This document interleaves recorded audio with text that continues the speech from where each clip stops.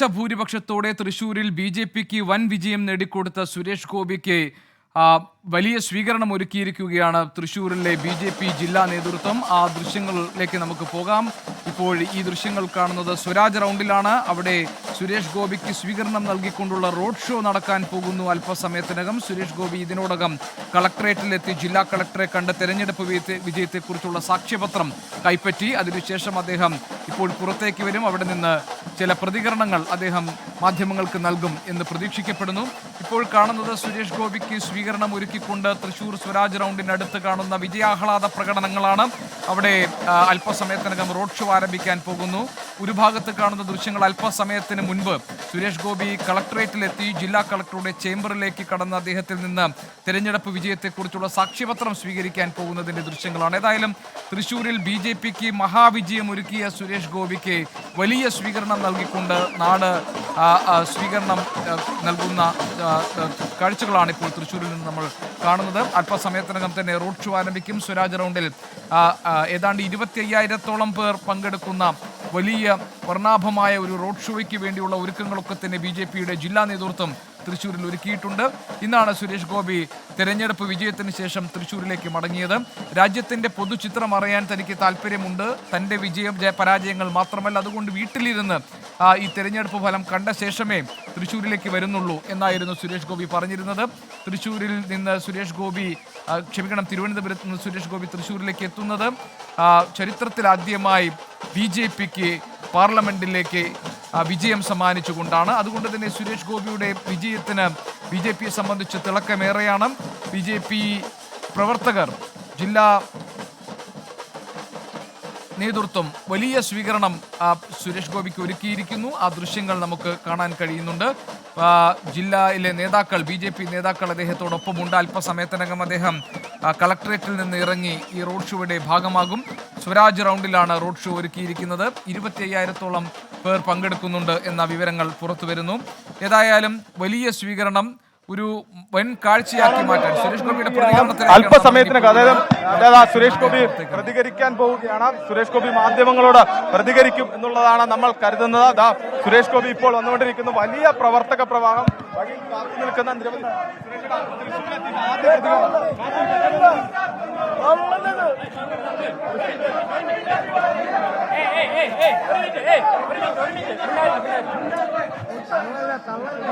തൃശ്ശൂരിലെത്തിയ ശേഷമുള്ള ആദ്യ പ്രതികരണം അത് മാധ്യമങ്ങൾ ആരായുകയാണ്. പക്ഷേ വലിയ പ്രവർത്തക പ്രവാഹം, സുരേഷ് ഗോപി ഇടപെട്ടുകൊണ്ട് ആ പ്രവർത്തകരെ സമാധാനിപ്പിക്കാനുള്ള ഒരു ശ്രമം അത് നടത്തുകയാണ്. എന്തായാലും സുരേഷ് ഗോപിയുടെ പ്രതികരണത്തിലേക്ക് നമുക്ക് പോകാം. ചേട്ടൻ ഒന്നിരുന്നേ, എന്താണ് ആദ്യ പ്രതികരണം? ആദ്യ പ്രതികരണം ഇപ്പൊ ഒരു 10-15 എണ്ണമായി. തൃശ്ശൂരില് എത്തിക്കൊണ്ടിരിക്കുമ്പോഴും നടത്തി. ഇത് വളരെ വളരെ ഭാരിച്ച ഒരു സ്നേഹ വായ്പാണ് ഈ വിജയം എന്നാണ് അങ്ങനെയാണ് ഞാൻ ഇതിനെ സ്വീകരിക്കുന്നത്. ഇതിന്റെ ഭാരം ഇനി ഉത്തരവാദിത്വത്തിന്റെ പേരിൽ ഏറിക്കൊണ്ടേയിരിക്കും. ആ ഭാരം ഏറ്റാനും നിർവഹണത്തിലൂടെ ആ ഭാരം എല്ലാവരുടെയും തൃപ്തിയിലേക്ക് എന്നെ വിശ്വസിച്ച ഒരു സമൂഹത്തിന്റെ, വോട്ട് ചെയ്ത സമൂഹം എന്ന് പറയുമ്പോൾ എനിക്ക് വേണ്ടി വോട്ട് ചെയ്തവർ മാത്രമല്ല, അല്ലാത്തവരും അവരുടെ ഇഷ്ടത്തിനാണ് വോട്ട് ചെയ്തിരിക്കുന്നത്. അപ്പൊ അവരുമെല്ലാം ഇവിടുത്തെ ജനങ്ങളുടെ ഭാഗമാണ്, വോട്ടേഴ്സിന്റെ ഭാഗമാണ്. അവരുടെ എല്ലാം തൃപ്തിയിലേക്ക് എൻ്റെ ഉത്തരവാദിത്വം, അത് ഭാരമാണെങ്കിൽ അത് അവരുടെ തൃപ്തിയിലേക്ക് ഇറക്കി വെക്കാൻ സാധിക്കണം. അതിന് ജഗദീശ്വരന്റെ വലിയ അനുഗ്രഹം ഉണ്ടാവണേ, ഇതിലും വലിയ അനുഗ്രഹം ഉണ്ടാവണേ എന്ന് മാത്രമാണ്. ഞാൻ ഈ 5 വർഷം വെറുതെ വൈലവേ ചെയ്ത് കളയാനായിട്ട് എനിക്ക് താല്പര്യമേ ഇല്ല.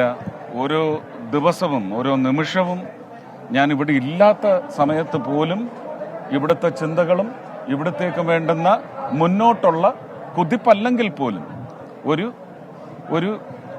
ഒരു മൂവ്മെന്റിനുള്ള എല്ലാ ചിന്താശക്തിയും പ്രവർത്തന ശക്തിയും, ആ പ്രവർത്തന ശക്തിയുടെ പേരിൽ ഒരു വലിയ പ്രവർത്തന മികവ്, ഇതെല്ലാം എനിക്ക് 5 വർഷത്തിനുള്ളിൽ ജനങ്ങളെ സമാധാനിപ്പിക്കാൻ വേണ്ടി നിർവഹിക്കാൻ സാധിക്കണം. വീട്ടമ്മമാരുടെ വോട്ടാണ് ഗുണമായതെന്ന് പറയുന്നത്. കേന്ദ്രമന്ത്രി എന്നായിരുന്നു. എന്താണ് അതിന്റെ യാഥാർത്ഥ്യം? ഞാൻ അന്നും പറഞ്ഞില്ലേ, ഇതൊക്കെ ജെയ്സണൊക്കെ കേട്ടതല്ലേ, നിങ്ങൾ കേട്ടില്ലേ? അല്ല, ഡൽഹിയിലേക്ക് പോകുന്നു അഞ്ജുരാജും നിഖിലും ഒക്കെ എല്ലാരും കേട്ടതല്ലേ എന്താ ഞാൻ പറഞ്ഞത്? തൃശ്ശൂർ ഒരു കേന്ദ്രമന്ത്രി കിട്ടുമോ? ഞാൻ അതിനെക്കുറിച്ച് പറഞ്ഞതല്ലേ, ഇനിയും ഞാനത് പറഞ്ഞുകൊണ്ടിരിക്കണം. എന്റെ ആഗ്രഹം ഞാൻ അവരോട് പറഞ്ഞിട്ടുണ്ട്. അത് നടക്കട്ടെ. നിരവധി വലിയ പദ്ധതികൾ